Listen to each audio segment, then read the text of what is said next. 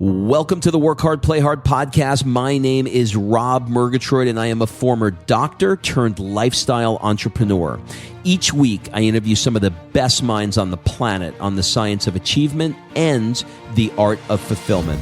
Today's episode is a mini-sode that we call Fried Dates with the Wife.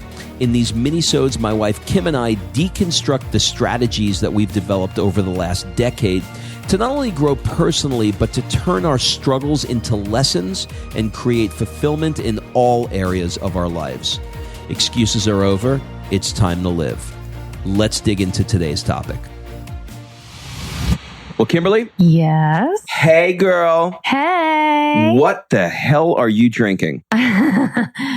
Swamp juice. What do you think it is? That? So for those of you in TV land, it is a shaker bottle, clear, but I swear to God, it is swamp juice. What is in that thing? It's my greens, baby. And does it have something to do with why you're looking so fly these days? Yeah. What is it? Well, this happens to be my greens. I hate plain water. So, So you make a green? We have the world's best greens. Like all the other greens taste like grass, which tastes like ass.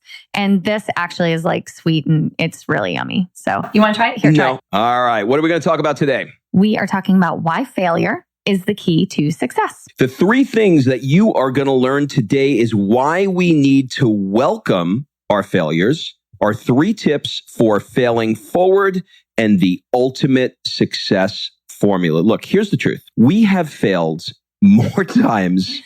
I swear to God, I think I fail more than I succeed. And I'm not even talking about small failures. I'm talking about like giant shit that brings you to your knees and go like, fetal position in the corner. I remember talking to you and I was like, why is Darren so successful and I'm so unsuccessful?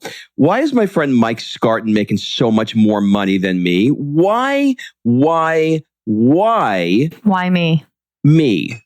And I've come to the conclusion that the only way that you truly succeed is by embracing those failures. So let's kind of get into it. Let's talk about why you need to welcome failure. We often look at failure as a negative and it's like, oh my God, not again. It's this painful, emotional turmoil that we put ourselves in and it's agonizing and, regret and remorse. And I shouldn't have done that. But the reality is failure is a stepping stone. It's, people always talk about a baby learning to walk. And I remember when Sophia was learning to walk and she would take, one shady little half step and she'd fall.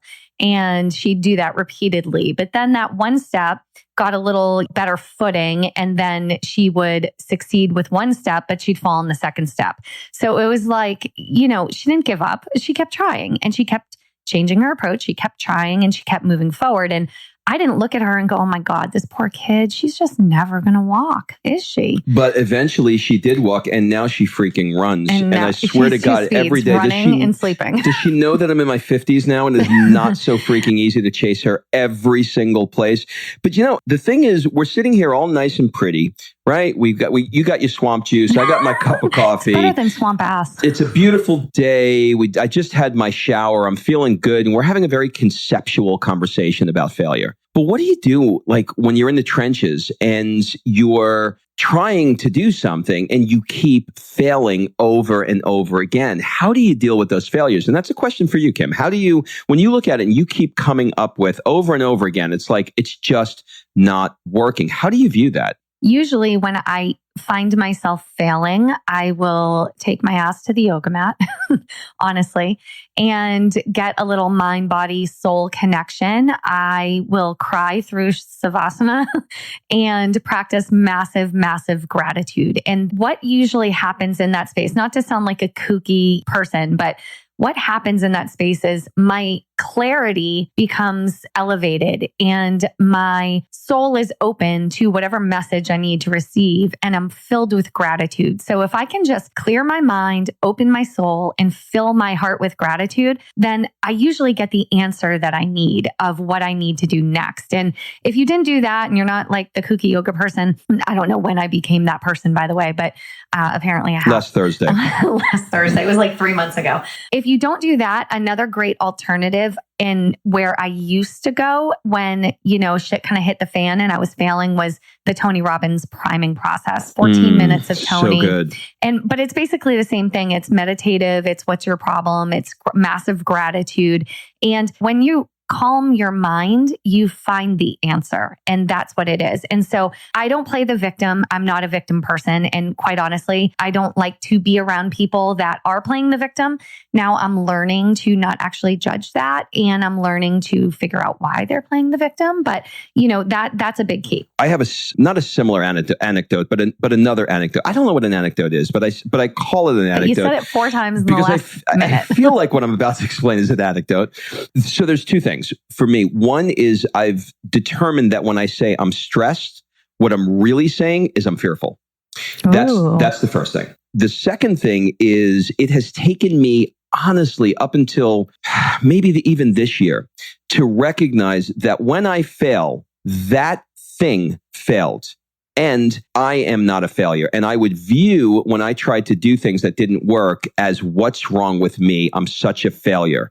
And I've been able to extract the goal that I was working on, the behavior that I was working on, whatever it is, and just focus on that and say, well, that didn't work. It took Thomas Edison 87 billion times to make the light bulb, right? This reminds me, yesterday I was having a conversation with my best friend, Heather, and we were talking about how you go through these things in life.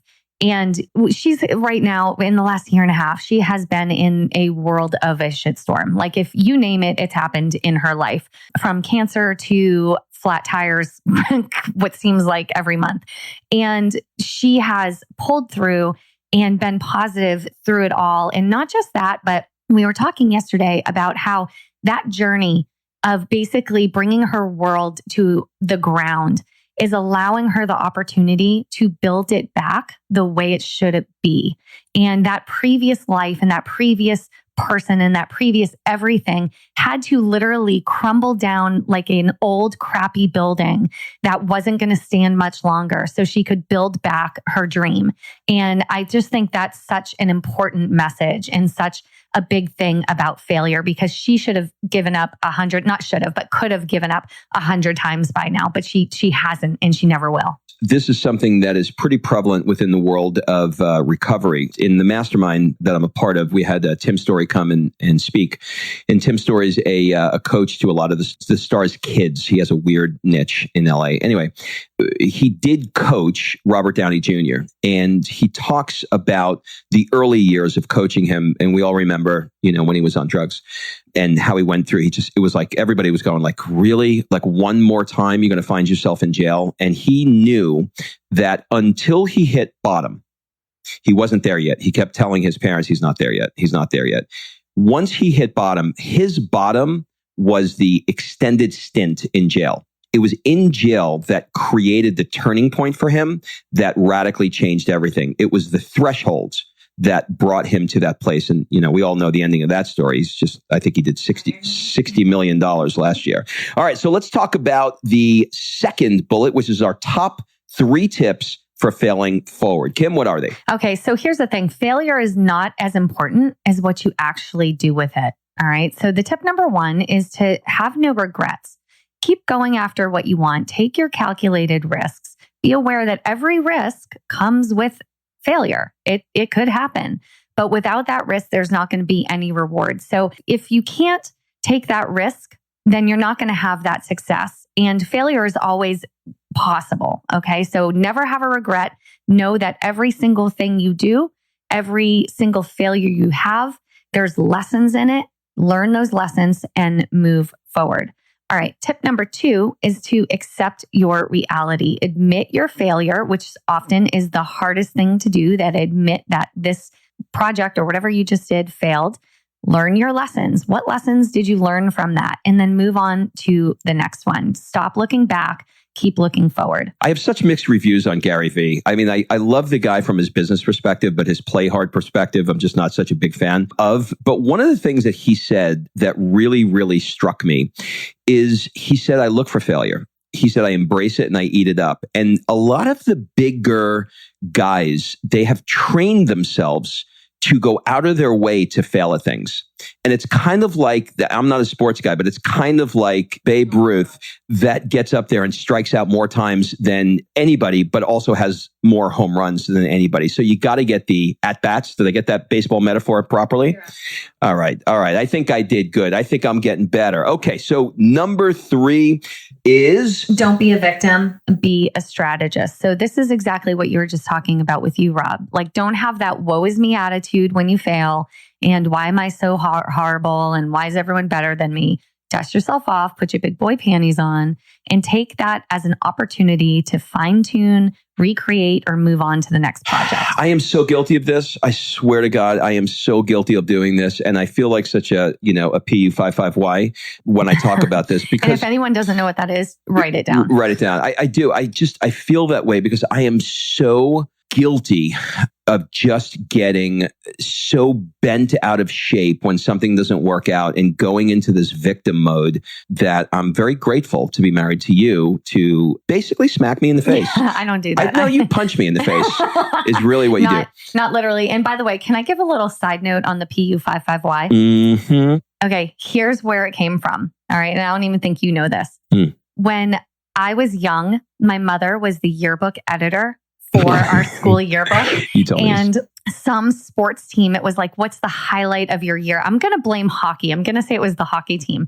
And one year, and I don't even remember which year, but someone on the hockey team put as a memorable thing, the PU55Y. Now, when they were typing it in, it didn't appear odd. It just appeared like an inside joke. But when you then got the printed yearbook that went out to thousands of kids, and all of a sudden you see it listed in there, yeah, that became a thing. So there you go, PU55Y. All right, let's talk about the ultimate success formula. This is all you, boo. The ultimate success formula is something that I really, really try and live by from the moment I heard this 10 years ago. And it's a 5-step process and it's super fast. Number 1, know your outcome. Be specific on what you want. You don't want to lose weight. You want to lose 5 pounds by X date, right? Specificity is the key. So know your specific outcome. Number 2, know your why. When you know your why, the hows will take care of itself. So know why you want it. Know the purpose of why you want this. Very often you will say, this is the outcome I want, and you have a really weak purpose. And then you got to look back and go, maybe I don't really want this outcome because I can't even define why I want it. So know your outcome, know why you want it. Number 3, take massive action. That means throw everything against it. And if you tell me that you tried 1,000,000 times, I'm going to ask you to count them and tell me every single time. And I promise you the highest you're going to go is 3. So take massive action. Notice what you're getting. You have to assess your progress. You got to look at it and go, okay, I tried this. What did I get? If you got the result that you want, great. If you didn't get the result you want, change your approach. How often do you change your approach? You keep changing your approach until you get what you want. Okay, so what are the overall lessons of failure? Welcome your failures. Use these strategies that we listed to turn them into your greatest successes, and know that this is a journey, kids. This is not a destination. And excuses are over. It's time to live. Have a great week, everybody. All right. Thanks for listening. If you love this episode and you know someone that needs some help in either stepping up their work hard game or their play hard game, it would mean the world to me if you shared this podcast with them to help me get this movement out there. So if you like what you heard, head on over to iTunes, take 30 seconds and leave me a 5-star review, and I will be forever grateful. So until the next episode, excuses are over. It's time to live.